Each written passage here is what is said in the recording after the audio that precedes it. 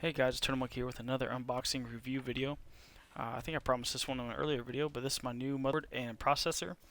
It is an A88X-G45 motherboard and a AMD A10. Alright, so the motherboard taken out.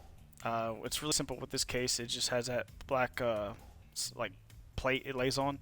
It makes it really easy. My previous video I didn't show the bottom of this that very well, how the cables all run. As you can tell, it's somewhat organized. It's a lot better once I'm done. They all run kind of towards the front instead of to the side now, but it makes it real easy for your cable organization.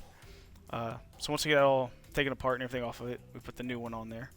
So, as I said, power of magic. We got the CPU fan off, our RAM off, our video card and all that stuff. So I was already off, but it's off to the side.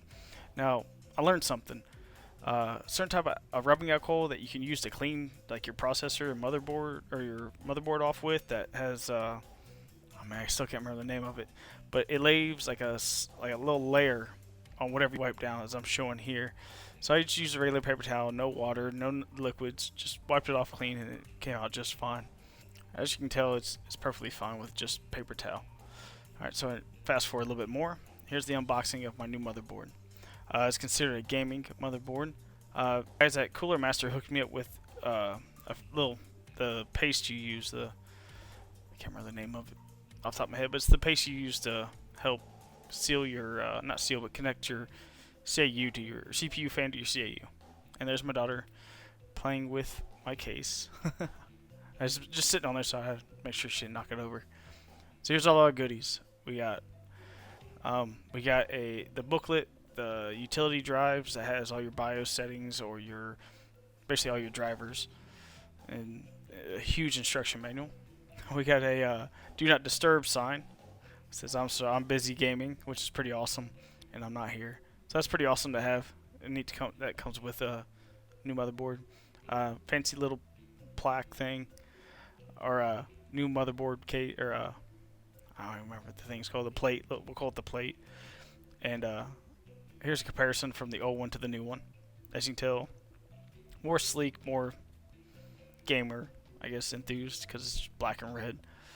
And they also came with 4 Sata cables, which all had 90-degree bends on them, which end up not working the best for me because the way I have to run my cables and how the motherboard sits in there. Normally, for anybody else's motherboard, it'd probably be fine, but from the way mine sits in this case, it wasn't the easiest.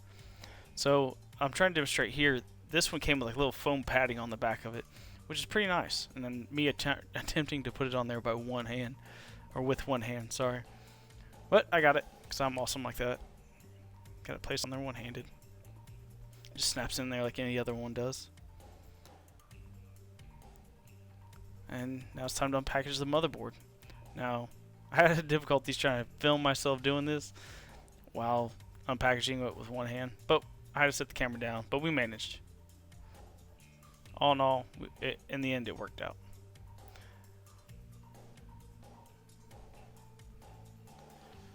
Okay, so we got it taken out.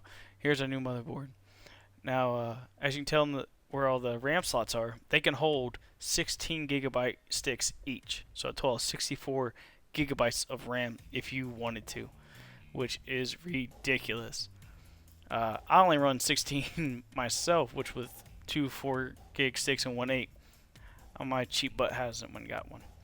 So one big thing about this is it has the upgraded Ethernet or internet access, has an onboard graphics card, which is why the processor is also good for this one, and your basic sound, USB 3.0 ports and what have you. And as you see on the right side, I should show it here shortly, but on the right side is where the SATA cables go. You can barely see them, they're side mounted. So I'm just placing the motherboard on the pegs I already have in place, and here's a better look at the SATA cables, or where the SATA plugins are.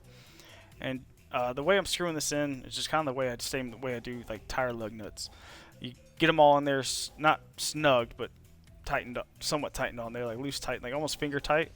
Then you go back through in like a star pattern or basically opposite ends, and snug them all down so they're nice and tight.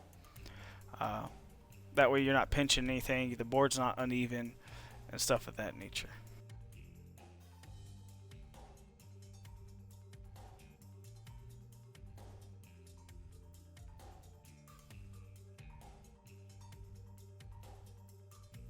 all the RAM after we got it all buttoned down. Now, whenever you're installing your RAM, always put it in the say it's 1 through 4 like this one is. You always put it in, say, the second slot, the first and third slot. I'm sorry. So I have two 4 gig sticks. So one slot will have one 4 gig, and the third slot will have the second 4 gig. Then you can place your 8 gig in the middle. And then once I have another one, I'll place it on the end. Don't ask me why I haven't got one, 'cause another gig, I don't know, or another 8 gig stick, I have no idea. I don't know why I haven't got one. But they just push down in there and clip in nice and tightly. So we're good to go. So let's unbox our CPU and place it in there. So we got our CPU fan out. That's the one that comes with it. Now it does come with the smaller fan, which I won't use the cooler part or the coil part of it, but I can repurpose that fan for back in my case because it has a spot for 2 small ones. I plan on doing that later. I didn't at the moment because I was too excited to get everything into on the motherboard and back into my computer so I could test it out for you guys. So here's our CPU. Comes shiny like every other one. Here's the box for it. What I tried to zoom in on was what it says it does. It says it is a baseline of 4.1 gigahertz. I don't know if you can see it that well. My camera didn't want to focus. And overclocked at 4.4. Now, it doesn't come out to 4.4 exactly. It's like 4.39. Close enough for me. But it's definitely an upgrade from my previous one that was a 4.2 overclocked and a 4.0 baseline. A little bit better, but it has better features that goes with this motherboard. So we got our CPU installed. Me being excited and everything, forgot to take off the the stock CPU fan mounts off there. That's the paste you use. Here we go. Hold up there and show you. The guys at Cooler Masters was kind enough to give me a little box of it. Nothing fancy, but it helped for what I was doing because you don't need a whole lot. I've seen people put a dab on there and then smear it around with a credit card or whatever. I think that's just a little too much work for what you're doing. I put about a pea size on there, which I'll show you in just a second, and that's all you need. You don't need a whole lot on there. Then once you put your CPU fan on there, it's going to smush it out and smooth it out evenly anyways. And I also wiggle mine around just a little bit so I know it's good to go. So there we go. We got our pea size pasty on there. And I am just now realizing that I need to take those CPU fan mounts out of there so I can put my new ones on. I already took the old CPU mount off with the power of video magic. Now it's time to place my big bad boy on there. Now, one key thing to know whenever you're mounting your CPU fan is which way the airflow is going, which way you want it to go. Mine, I want it to go for the screen from right to left, so I want it to go that way, which make sure your fan indications are doing that, and also know where your power cable is going to pop out at. Mine needs to plug in right there, so I got to make sure it pops out on that side where the wires stay nice and tucked in, where I run it underneath through the bottom, and it looks good.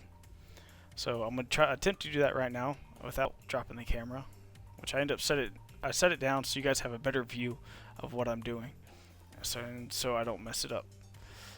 As you can see, the bolts and the special tool to your left on the bottom of the screen is what holds it in on the back. Now I place it in there. I slightly push down. I push down maybe a little too hard, but press it down there, and I don't know if you won't be able to hear it in the video, but it spreads that paste out, conductive paste, so it helps smooth it out. And that's why I don't think you need a credit card or use a credit card or a plastic card to spread it out. Now with my motherboards mounted on this plate, I can flip it over and rest it on there, which makes it super easy to install this CPU fan.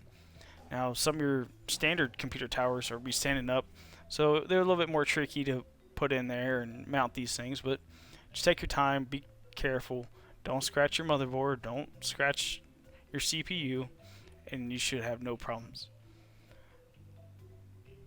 And it's just me putting those screws on there, doing the same method I did with motherboard mounts, where you finger tight most of them, then go back through and tighten them all down in a kind of like a clockwise rotation or counterclockwise, whichever one to go. There's only 4 of them, and whenever you get them, like a CPU fan, it'll come with a kit for mounting them because every motherboard's different, and also comes with a tool to help you tighten them down.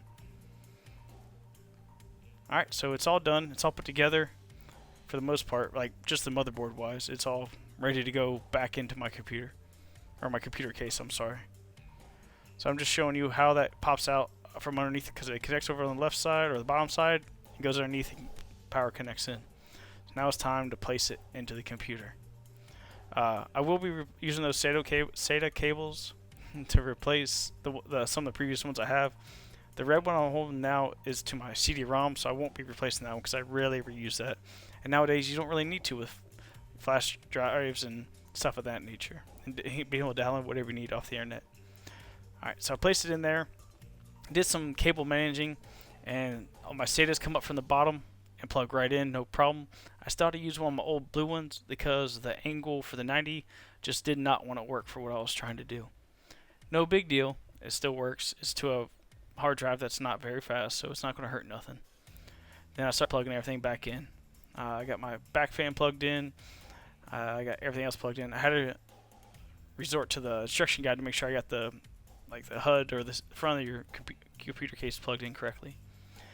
But that was on my mess, and here's the end product. My video card's plugged in. My cable is nice and low. My sound card's plugged in with the cables kind of tucked to the side, because I gotta keep my cables low. Because if I don't, I got a huge fan that goes on top of the case that pulls air out that it will grind against. I learned that from trial and error. So good to go. Next part of it will be loading up the BIOS, and this is off my cell phone camera, so I apologize. Here we go. This is what pops up when you initially boot it up. Now, I did click on the overclock Genie, the OC Genie. It's the safe way to overclock your CPU if you don't know how to overclock your CPU. I'm not very well experienced with it. I don't want to go diving into settings and messing up what I just bought and installed. But there are different settings you can go through, your boot options and what have you, and way to monitor cooling temperatures. And if you really wanted to overclock it, you could. As you see right now, I'm doing 4.40 with the overclock Genie function on. So that's plenty enough CPU power for me. The motherboard's on, the motherboard and processor are running smoothly. It's running at 4.39 gigahertz, like I mentioned earlier, and it's recognized everything I plugged into it. I just got to install the different drivers that came with it, and I'm back up to gaming. So I hope you guys enjoyed this video. Stay tuned for more unboxings and more video gameplay. Thank you, and see you on the battlefield.